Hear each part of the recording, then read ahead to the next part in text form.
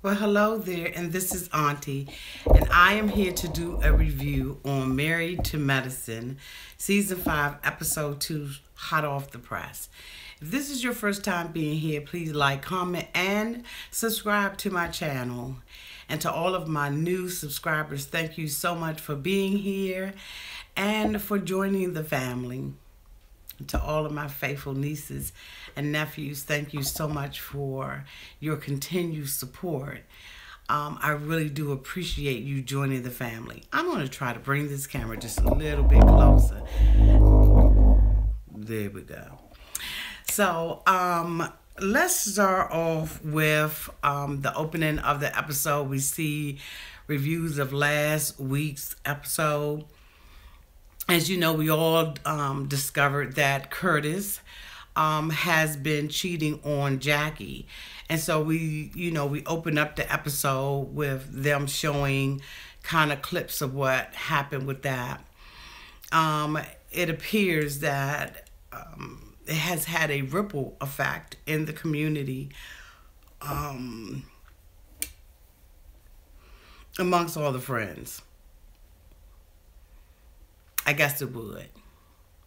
You know, one thing that I want to say is that when you are connected to people, you think that you are an Allen or a man and woman unto yourself. But everything that happens to us is reflected sometimes in the lives of our friends, and it affects everybody.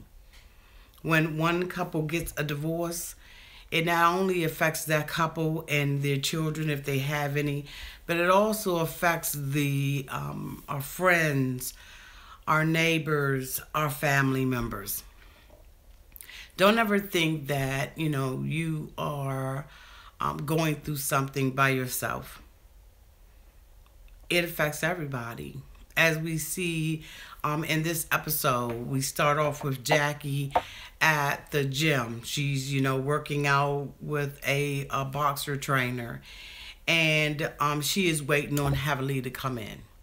Heavenly comes in and they get in the ring and everything. And Dr. Heavenly says that this is her first time ever doing this. And she doesn't need much practice. And, Jackie has been into this fitness thing for a while.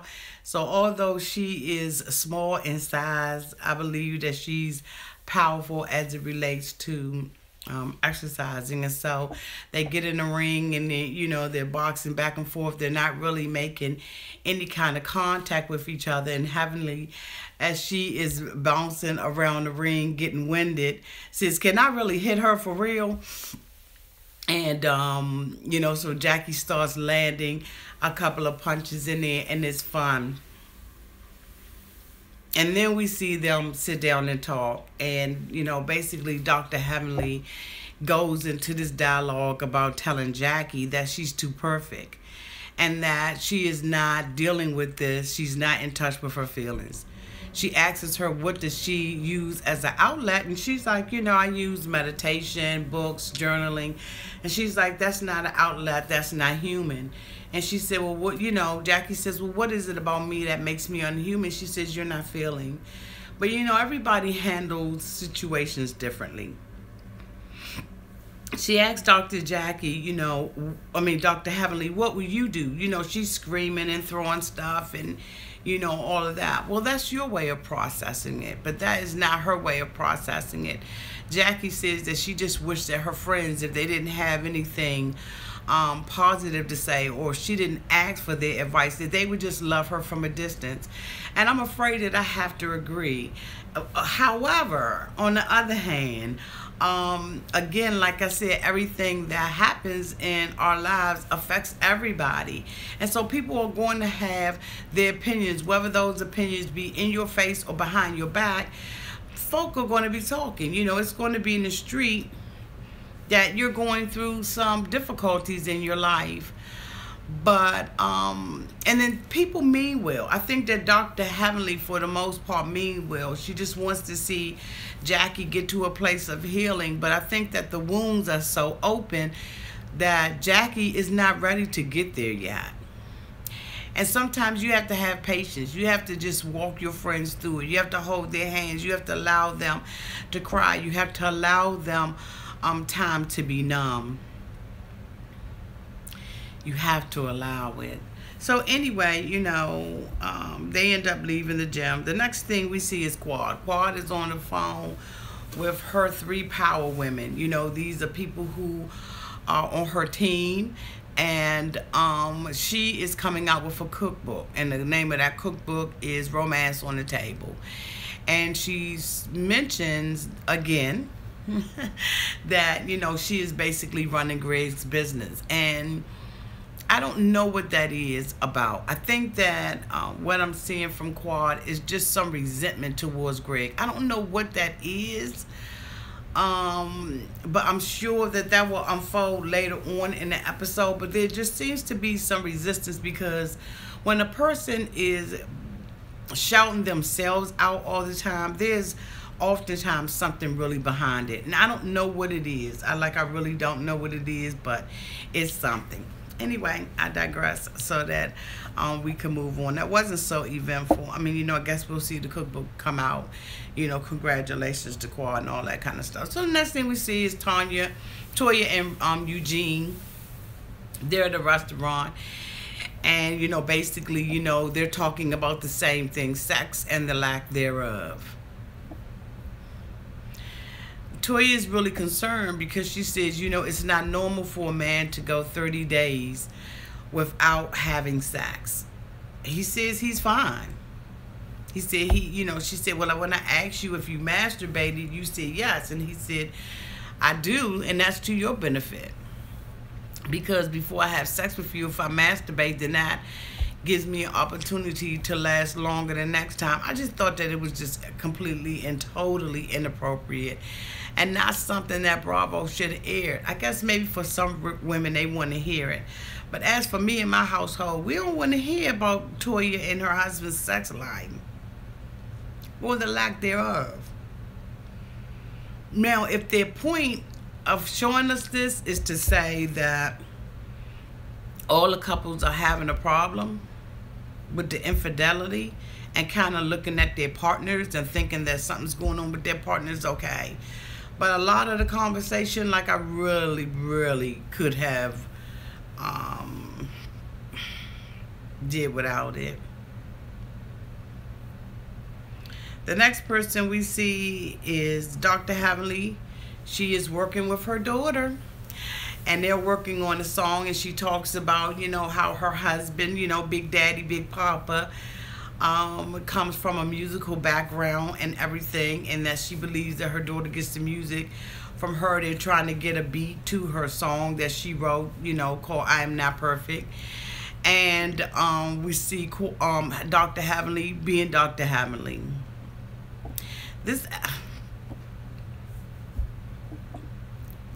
The next thing we see is Dr. Jackie. She's sitting in her office going over some things, and one of her staff people come in. I think it's her office manager. And she asks her how she's doing, and she's like, I'm fine. And she's like, I need to tell you something. And she's like, what? She said, I want to tell you because it's in the press, and I don't want it to come back to you the wrong way. And she shows her article that the mistress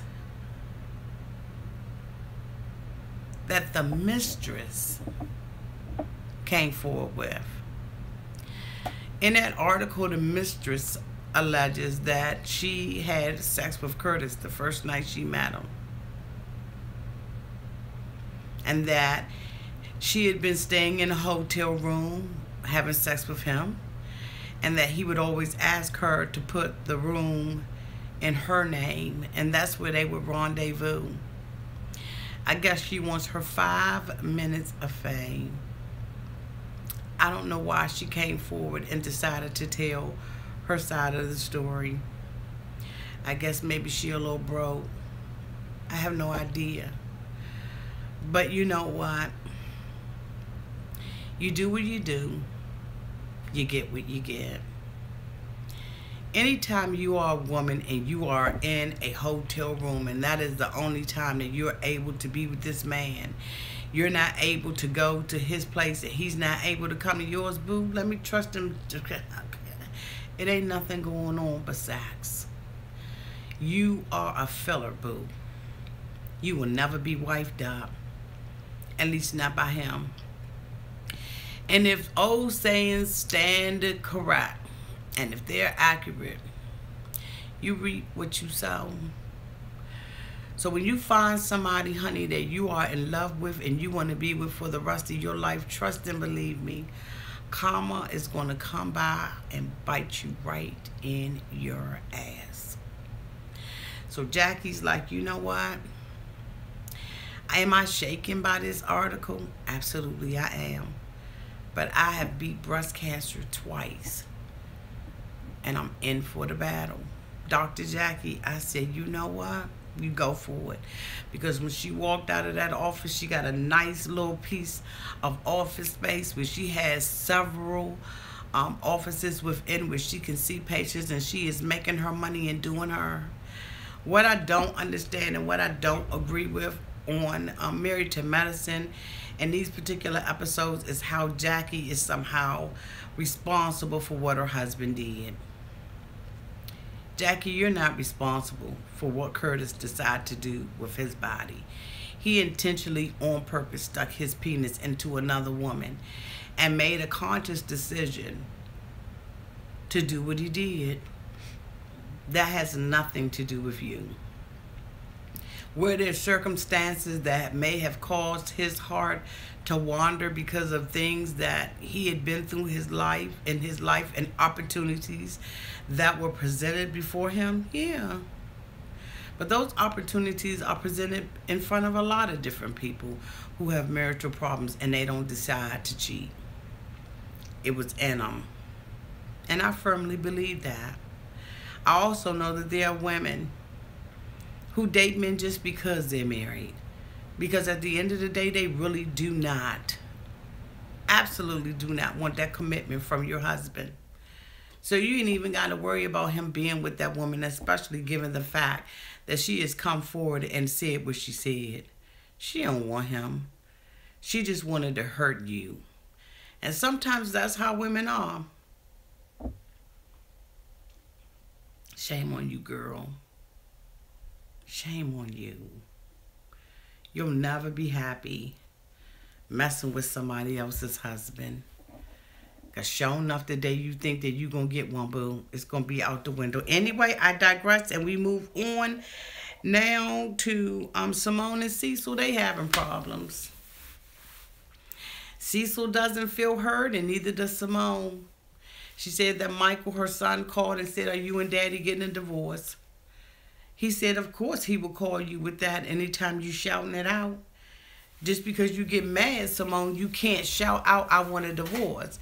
And Simone said the other times when, previously when she would use the divorce word, that she would say it just to get his attention. But this time when she said it, she meant it. And, in a relationship, thank God I'm not married. Lord Jesus, it's a fire. They have two separate homes. She stays in one, he stays in the other, and they stay together. He decided that he wanted to have a home that was closer to the boys' school. But you're giving both of you all having those two properties like that with nobody living in them. And you living in them, you give room to the devil, per se, and room and opportunity for the other person to have an escape. And sometimes when you're having an argument, I know that, even though I'm not married, I've been in long-term relationships, you have to sit down, take a break, ding, ding, ding, let the, other person go into the corner of the ring and cool off, and you all come back together and you talk about what has happened. I've always heard the old saying, never let the sun go down on your argument. Always talk about it and don't go to bed angry. And I think that Simone and Cecil have spent a lot of nights in the bed angry, but they've been in separate beds and in separate houses. It is so sad to see this happening in this community. it seems like all of them have problems. You know, one of the things that Dr. Jackie said to Dr. Heavenly was that her and her husband had been together 17 years. She said, he knows that I'm not that emotional type of woman. And you know what? Everybody isn't. Everybody isn't that woman that's going to take a razor from up underneath her tongue and slice somebody in the face. Every woman isn't a woman who's going to scream and holler and yell and cry. And that doesn't mean that you're not feeling anything. Curtis knew what he was dealing with her. Even with Cecil and Simone, they know what they're dealing with. But they've both come up against a rock and a hard place. It's time to, handle your business. He said, we're coming to a place right now, Simone, where we are about to be empty nesters. And if we're not happy, and we're just here together for the sake of the kids, we're in trouble. Dr. Simone says, you know what, we need counseling. And I absolutely agree, you need some counseling. Because it's getting really funky. And I think that Toya and her husband needs counseling. I think that Toya put a whole lot of financial stress on her husband. And then she expects him to get it up.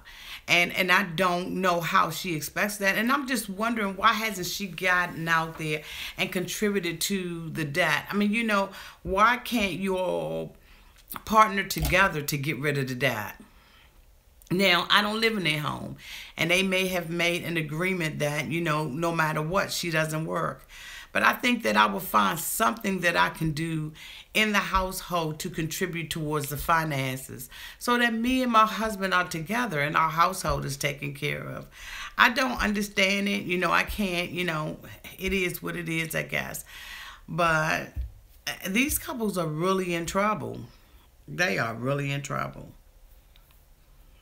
Next thing we see is Toya's 40th birthday party. Her party is at a restaurant, and they have put food in there, and they're having a cook-off competition. It's the doctors against the non-doctors. Quad and her husband are both team leaders. And so, they basically get all the teams together. Toya introduces a new young lady who, as soon as she comes into the place, Dr. Heavenly runs over and jumps down on her knees and all that kind of stuff. And, basically, she's like, well, people say that I'm mean, when people come in. So I just want to, so she's bowing down, being extra. And then when the lady doesn't say what she wants the lady to say, she walks around and says she done already effed up with me. Dr. Heavenly really needs to get herself together. I like her. I like, I don't know how I feel about her. I think she's just absolutely a drama queen. I don't see her and her husband having a lot of marital problems, but I listen to everything that is being said. When they all get there, basically before they get there, it's Quad, Toya, and the husbands talking. And the husbands don't want to take a side because they haven't had an opportunity to talk to Curtis. And Toya is saying, well, the lady wrote an article and, she's saying this and she's saying that. Well, you know what? The woman could be lying because, that's her side of the story. It can't be validated by anybody but Curtis. And right now, Curtis is not talking. And Quad is like, Jackie, she's basically on Jackie's side, and then her husband alludes to the fact that, it's okay for him to cheat. And Quad kirks out. I would have too. So we see all the other couples come in and everything, and, this is when Dr. Heavenly going overboard, and Dr. Jackie comes in later on after everybody else, and they're applauding, for her, and it's just demeaning. At the end of the day, they all cook in the kitchen. Dr. Heavenly is approached by by Toya's girlfriend, and she's trying to get clarity on what the comment was that Dr. Heavenly said. As you all can see, I'm really talking monotone through this. This thing was boring as I don't know what. I know they're trying to make something out of it, but at the end of the day, it's it didn't do any much for me. It was just almost like a filler episode. We see Simone step out, you know, she's trying to, you know, she's crying because she can't get Cecil's attention, and Cecil's at the point where, you know, he's in the kitchen and he's cooking. Dr. Heavenly's husband comes in, and then Simone goes over and hugs him and was like, I love your husband because he's kind, he's this, he's that. And she's trying to get Cecil's attention, and Cecil really ain't got nothing for her. She made a comment to him earlier, was trying to say something, and he just blew her off, and he was nasty. You know, I guess he's probably saying, you know, you nasty to me in the house, and then you want to come out here in the street and act like everything is copacetic. And it ain't. And Cecil ain't going to play the game with her. I don't know what's going on in their relationship because I don't live in none of their houses. Thank you, Jesus. But, I mean, you know, it's a lot that is going on. And she sits out there and she talks to Dr. Jackie. She tried to talk to Heavenly, and Heavenly was like, you know, this too much for me. I ain't got time for this. She did want to talk to Dr. Jackie because she was like, I don't want you to carry my stuff. And she like, look, we friends. And it don't make a difference. If I'm covering, you know, helping you with your stuff, that means I don't have to deal with mine. At the end of the day, she's really going through. She doesn't feel fulfilled in her marriage, and she feels like she's the one that's always compromising, and that Cecil isn't. I say get counseling. And I say keep the stuff off the screen. Maybe there's a lesson learned by some, but there's no lesson learned here. I thought that this was one of a boring episode. It really didn't give me, you know, the hoop-ha, hurrah that I wanted. Even with them revealing the article about Jackie, it's not news that we have not already heard before. So, I mean, it's like whatever. Hopefully next week I'll be able to come out and give you something exciting, or we can laugh and we can kiki and all of that good stuff. But this time, it just wasn't it. I just think these couples need to get it together, because what we don't want to see is this same old whoop-de-whoop-de-whoop episode after episode this year. We ain't coming out on no Friday night to watch that, to see the same old thing. Let's move on to another storyline, y'all. But anyway, thank you so much for being here. Love you. Bye-bye.